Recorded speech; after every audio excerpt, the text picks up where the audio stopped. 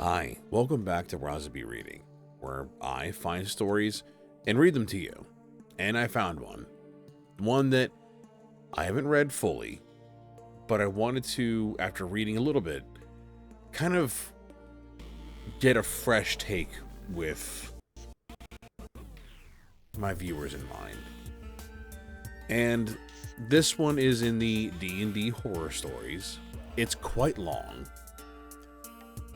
but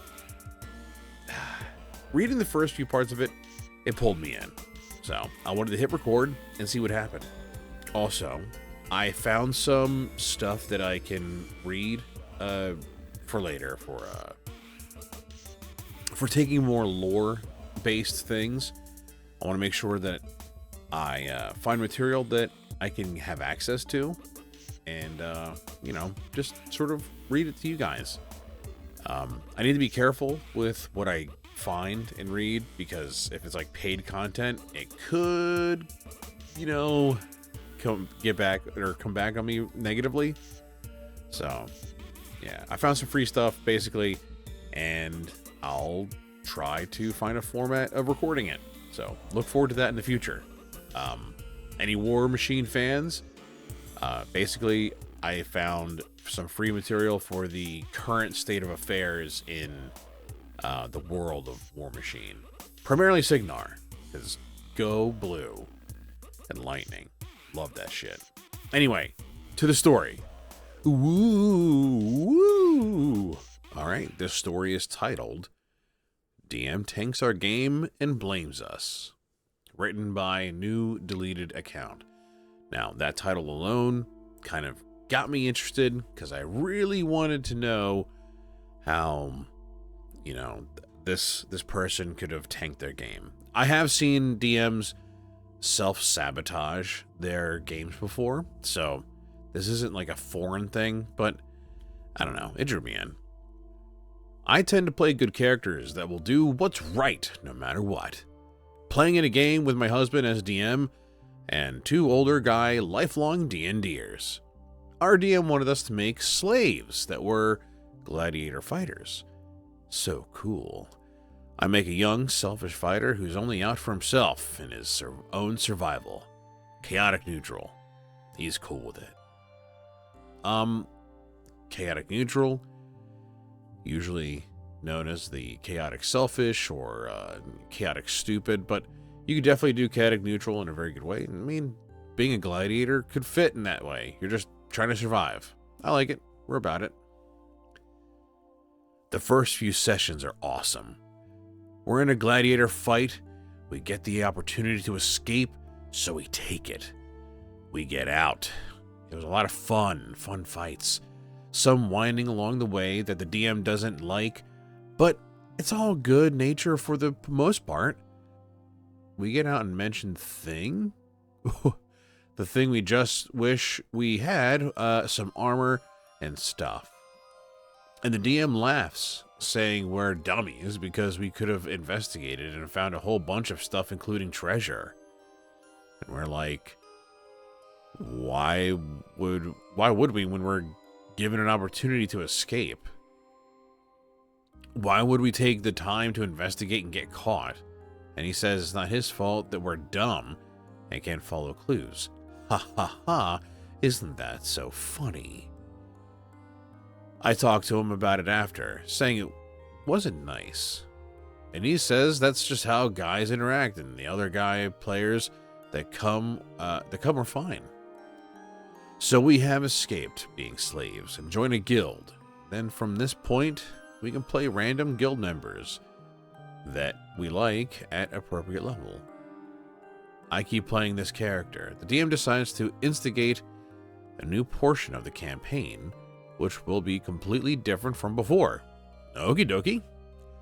We were playing guild members, so the first hook we get is some higher up guild guys pull us to the side and say, hey, the leaders are evil and we need evidence to prove it. After leaving those guys, we are immediately pulled by the guild leader who says, hey, those guys are the evil ones. You need to help me prove they are. Okay. The DM has done this type of a hook before, or a few times over the past years, but not with these guys. I've gone through them. I don't like them because of how they've gone before, but I just go along with it. Give us clues to which part of the guild is bad. That was the clue we followed. We catch the incoming diplomat on the road, and hey, turns out she's way evil. A budding lich lady, and we fight her. Fight her so much, she up and runs. Going into the town, me and one other player aren't dumb enough to pursue into town, but the third player loves to be dumb and full-on attacks the diplomat woman who doesn't seem evil in front of all the guards. So now our entire group is being hunted by the entire guild, and soon the town guards and country for attacking a diplomat woman. Okay. So far, I think I follow. Seems strange. That's why we're on the run. So we run and hide in a town. We're trying to blend in, trying to survive. Guards find us, mostly because of that same player doing some more stupid stuff because he thinks it's funny. So we do cool maneuvers to get out of town and run from all the guards, who would absolutely kill us because of their numbers. At this point, we think out loud to ourselves. Why would we even want to go back to the guild? Both sides are after us anyway for attacking the diplomat lady. And do we really care about that guild? No, literally none of us are playing good aligned people that would fight for what's right no matter what. The entire country is after us. So what's a good alternative? Wait, my idea, why risk our low level can't do anything about the guild lives? And let's join the big bad in this country.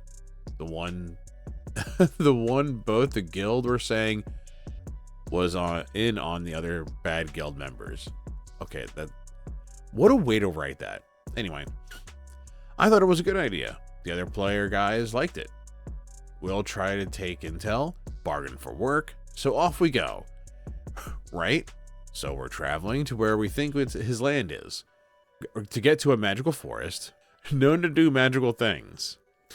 Old magical crone lady offers us a magical deal. We want to think on it and go to bed. Wake up with a magical crone lady. Hey, you can't remember that you had a person in your group. See the empty bedroll and journal? How? I don't understand how this is written. We talk it out.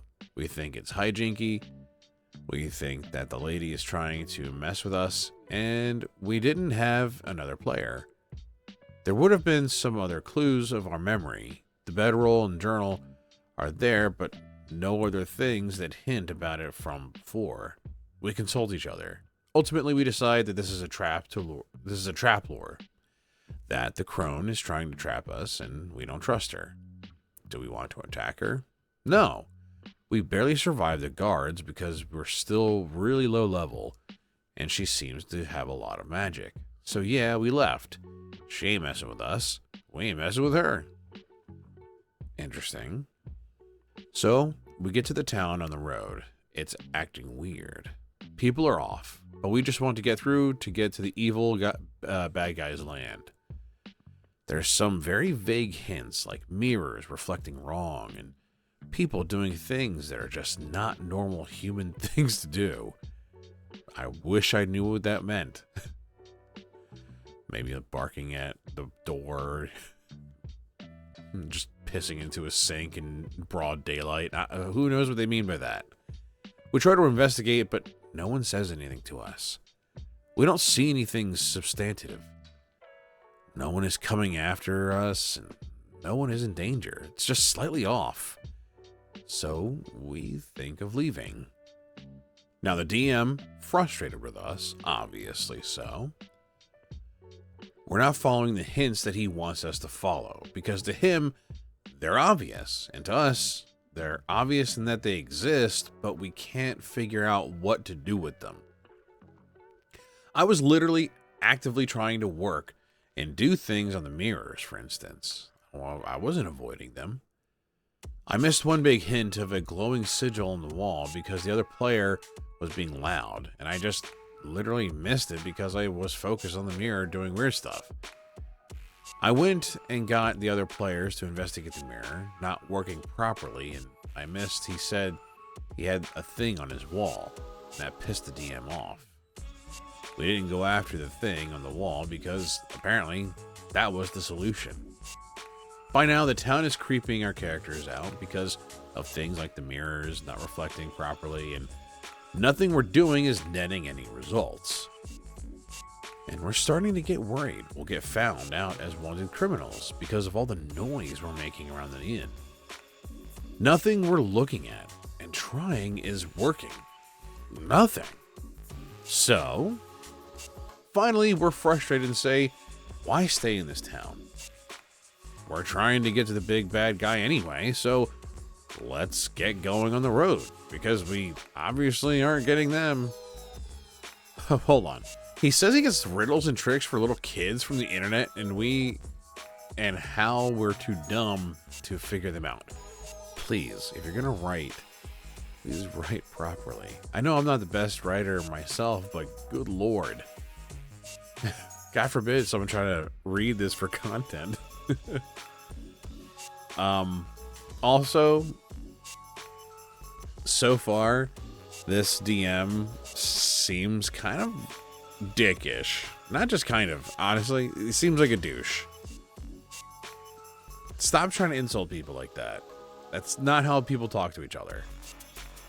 Not really. Not unless you have like some sort of chip that you need to get off. Anyway, strap yourselves in. This is a long one. So we try to leave, and the DM literally blocks us with a blizzard snowstorm when there had been no weather prior to this. A warm summer day, he described it. We're trapped in a town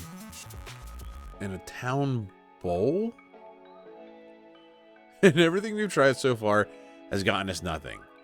Now we can't leave. We don't know what to do. So now he's railroading them. So the DM, pissed at us, tanked our game and stopped DMing completely by throwing a mini fit at the table. He is obviously pissed at us. Fine. Poof.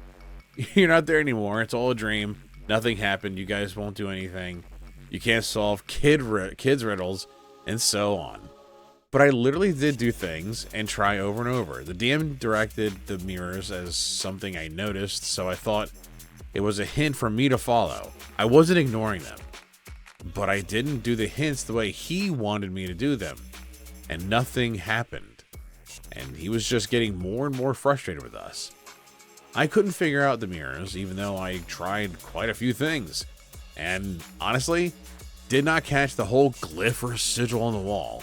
I really truthfully missed when the DM described that to a player, while I was talking to player B about figuring out the mirrors. Things we tried to figure out with the mystery of the mirrors. Detect magic, yes. Compared to other mirrors to see if it was just ours.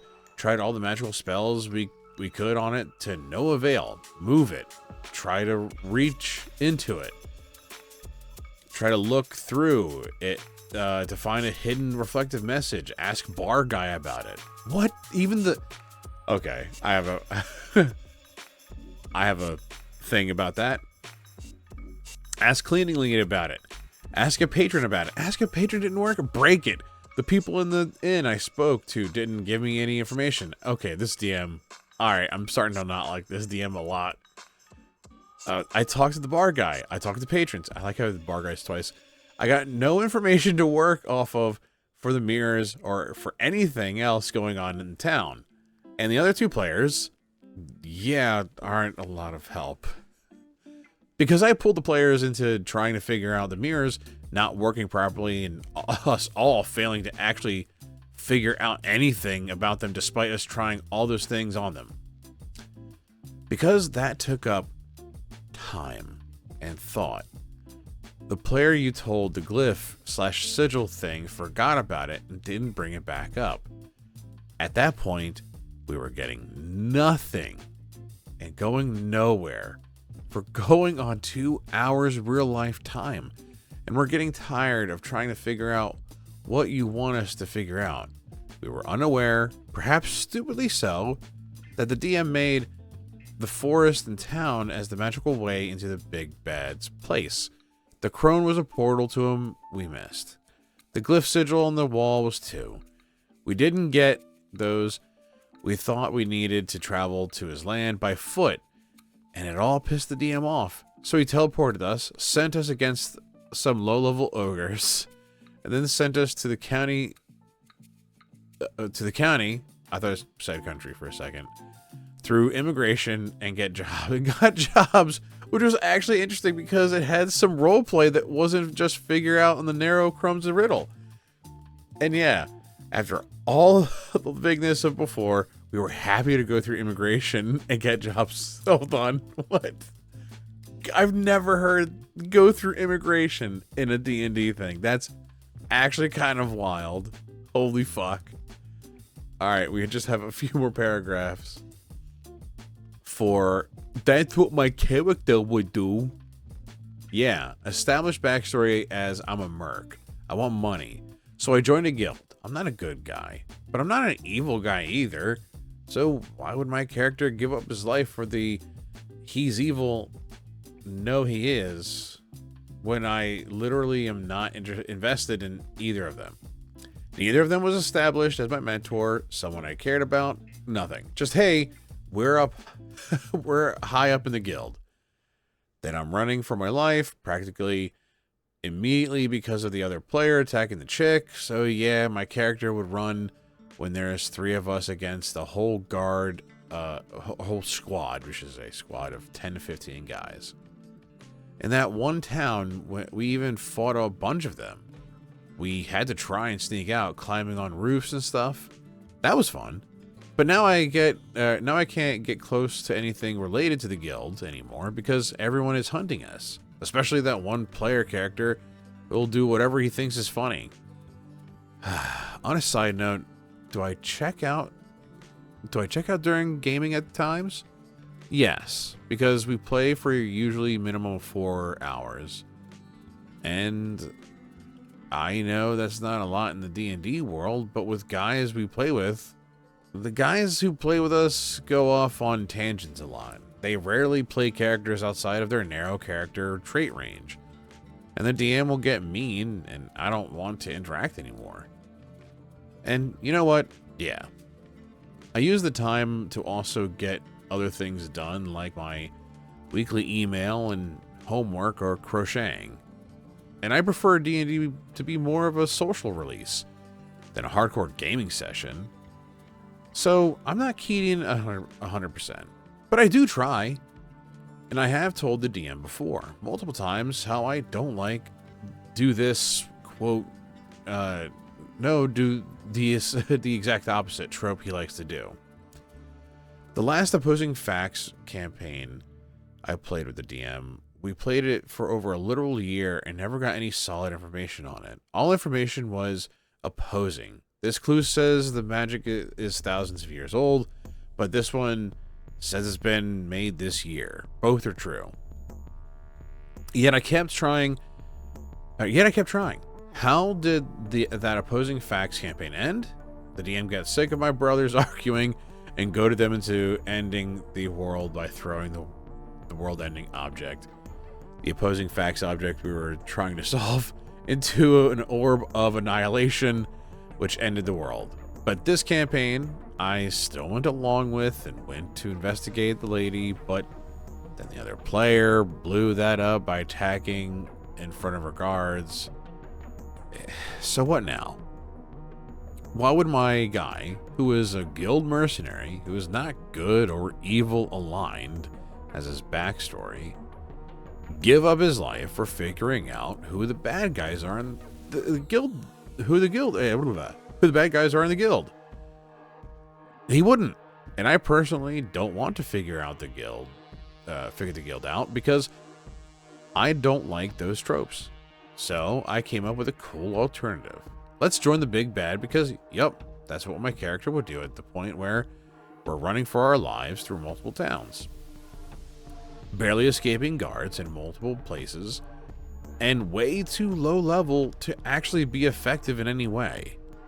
By the way, role-playing hiding out in the 2 towns was actually fun.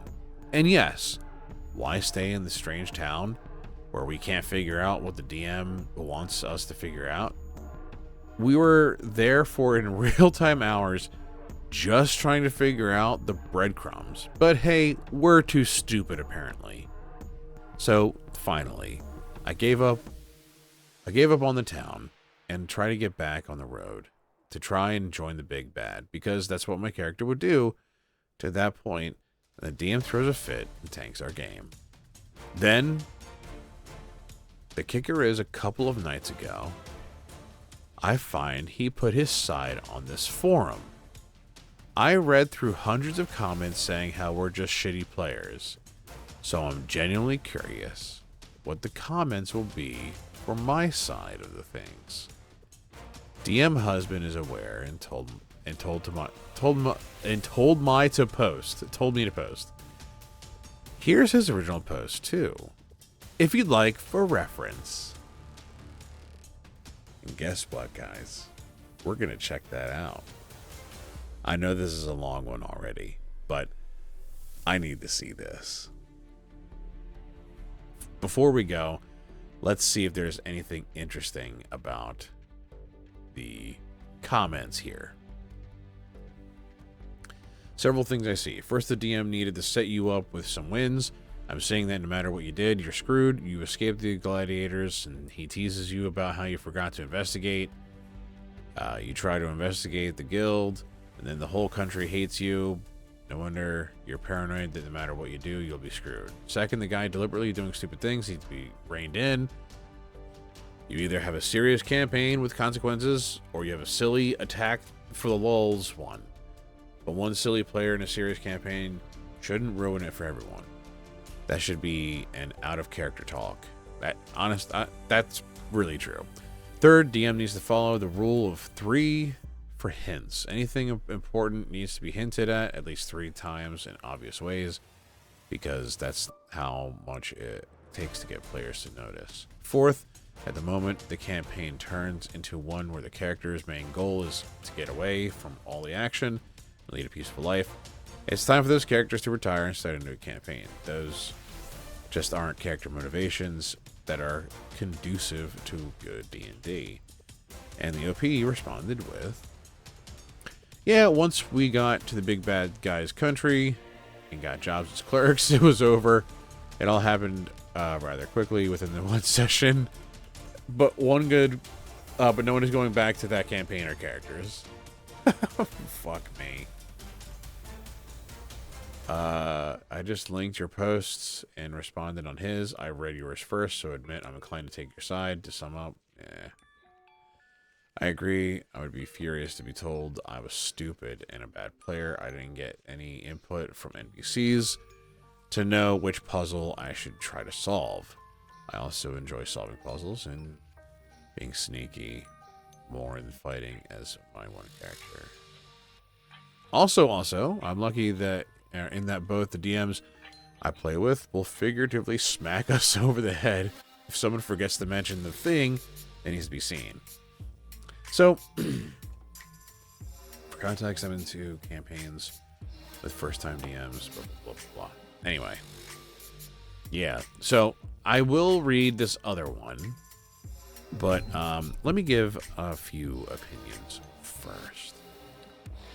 So, looking at this story, if we're taking it for what's written here, as badly written as it may be, I would have to say this is another case of a just bad table makeup. Good lord. It sounded like a cool premise, but it seems like this DM is not very good at leading his party. And I'm not talking about railroading. The whole keeping them in the town with the blizzard after they couldn't solve something is just dumb. You could, for all intents and purposes, help guide your players with just simply saying, oh, hey, your dude saw this sigil. Like, you could repeat. It seems like that wasn't repeated. Because when players are left to just remember shit, they're not going to. Imagine how many times... man. Me and my buddy, Mark, would fucking talk about this. How... We could probably talk about a lot of shit for D&D. I mean, we used to have a podcast. But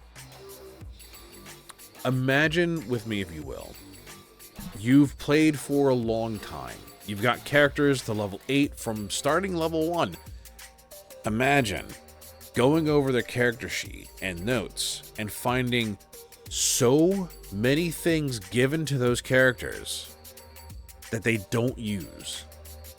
I'm guilty of this myself. I've played in a campaign for several years. I'm not that smart of a guy. And I have characters that have items and things and resources that I don't remember to use. It happens. And even during a session, you can forget stuff. And honestly, because of my attention span, I might have ADD. I don't fucking know. But there's times where I can't focus and really stay into a story, even if the story is very compelling and immersive. My brain will wander, and sometimes when it wanders, I miss details.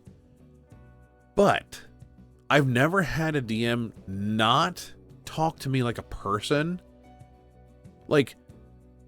People need to discuss how to conduct themselves at the table. Honestly, this type of back and forth with the players and the DM here should not exist.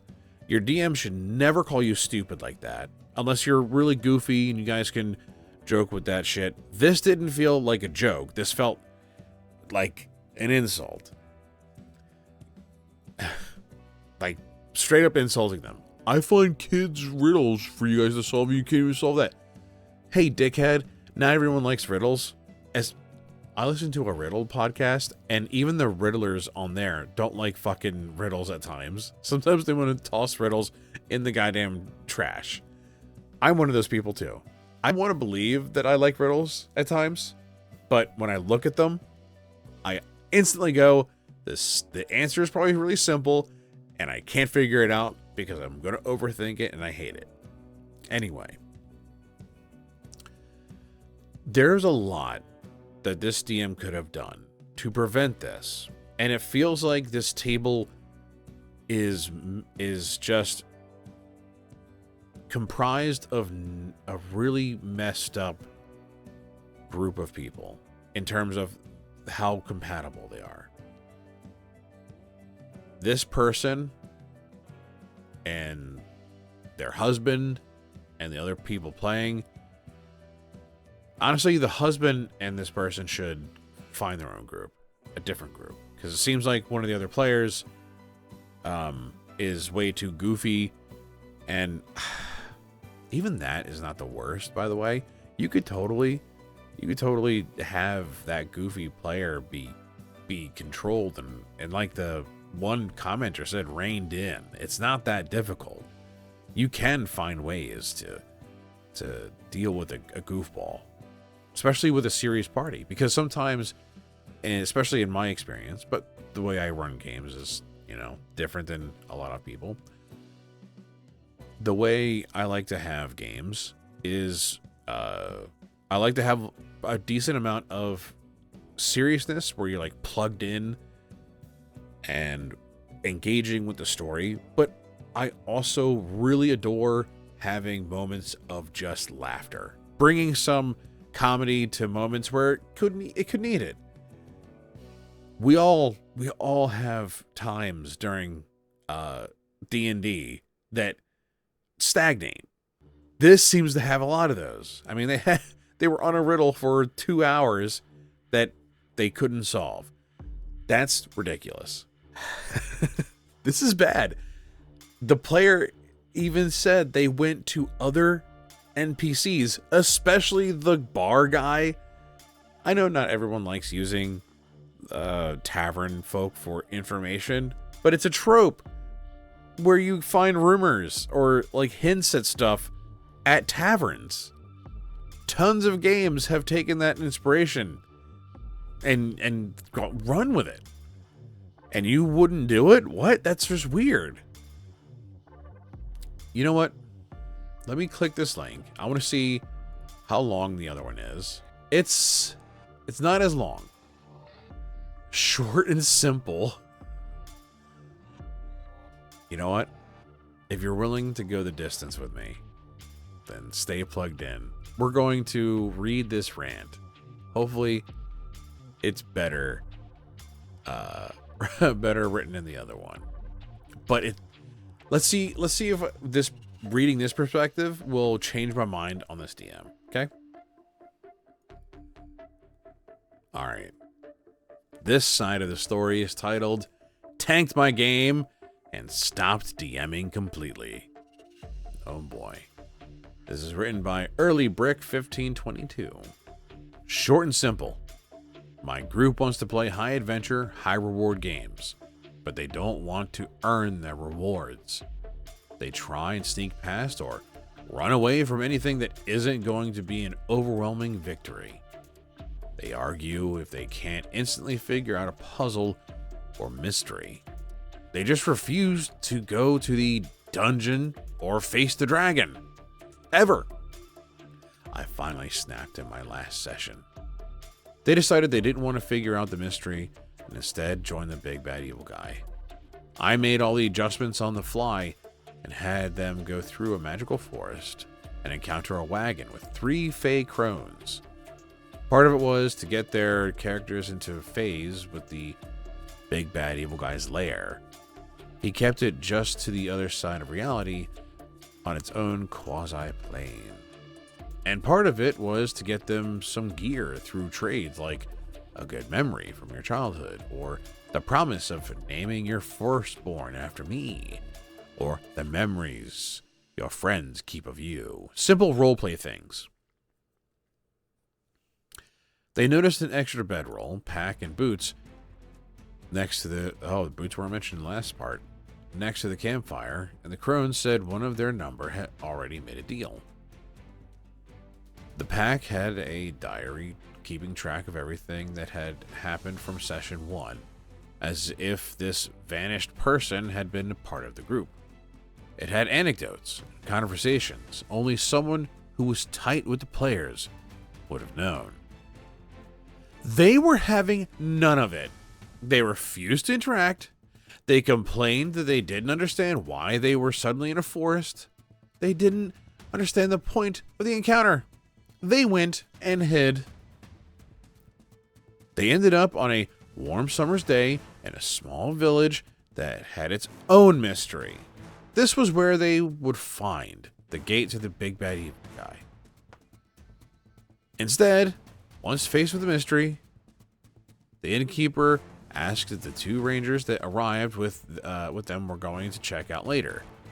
Basically, they were being told they had arrived with 2 more party members that they had no memory of.